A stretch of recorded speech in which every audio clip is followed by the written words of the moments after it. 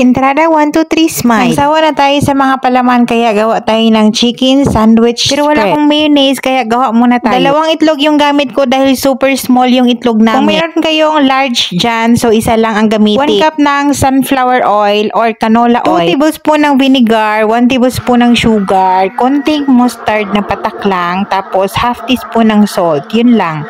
I-mix lang yan lahat at gagamitan natin yan ng immersion blender. Make sure lang na yung itlog nyo ay pasteurized egg. After nito, kailangan i-store yan sa fridge. Ang shelf life nito, mga 1 week lang. Wala tayong preservative dahil homemade na. 1 week na nakalagay sa fridge. Lagayan na paglalagyan nyo dyan, kailangan sterilize din para iwas contamination. Kung nakulangan naman kayo sa lasa, pwede kayong mag-add ng sugar or asin or vinegar. May pagka-kunting gooey ang pagkagawa ko ng mayo dahil dalawang itlog ang gamit natin.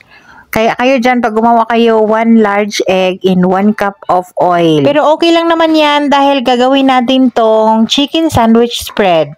Kaya ako napagawa dahil dito sa mga cheese na to, ito ay camembert ba ang tawag dito. Sayang naman kasi, ito yung mga time na nag-declutter ako ng mga laman ng fridge dito. So, itong mga cheese na to, ma-expire lang yan. So, hahanapan natin ng paraan. Since na panay na lang tayo dito itlog, tapos cheese, kinabukasan naman peanut butter, para maiba naman yung ating palaman. Cheddar cheese na bar, kaya sliced cheese yung gamit natin. Yung onion naman dyan, depende yan kung gusto nyo lagyan ng onion, pero masarap kasi pag may onion. Usually kasi din, pagka mga bata yung kakain, depende sa inyo talaga kung paano nyo gawin yung chicken spread nyo na kakain yung mga bata. Dito, hindi ko yan hinahain sa mga alaga ko dahil merong onion. Ayaw nila yung onion. Tapos itong chicken breast, kahapon pa to pinakuluan ko. Isang chicken breast lang yan. Tingnan nyo, ang daming magagawa niya na palaman. Hinimay ko lang yung manok na pa-flex na sobrang nipis. Tapos, sobrang liliit ng ating pagkahiwa ng ating carrots, yung ating onion, pwedeng red, pwedeng white.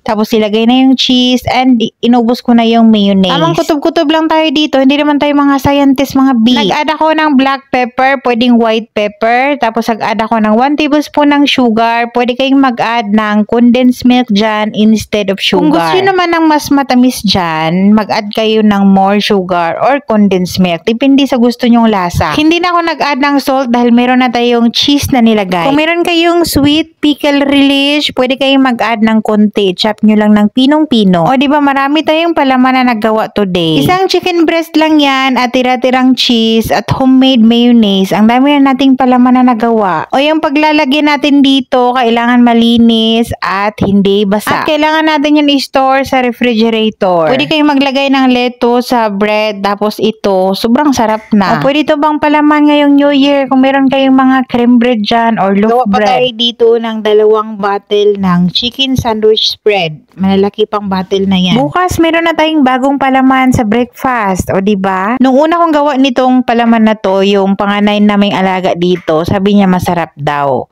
Pero syempre yung mga maliliit, hindi nila magugustuhan to dahil merong onion nga. At syempre hindi mawawala ang taste test. Hanggang dito lang muna. Thank you so much for watching. Merry Christmas and Happy New Year!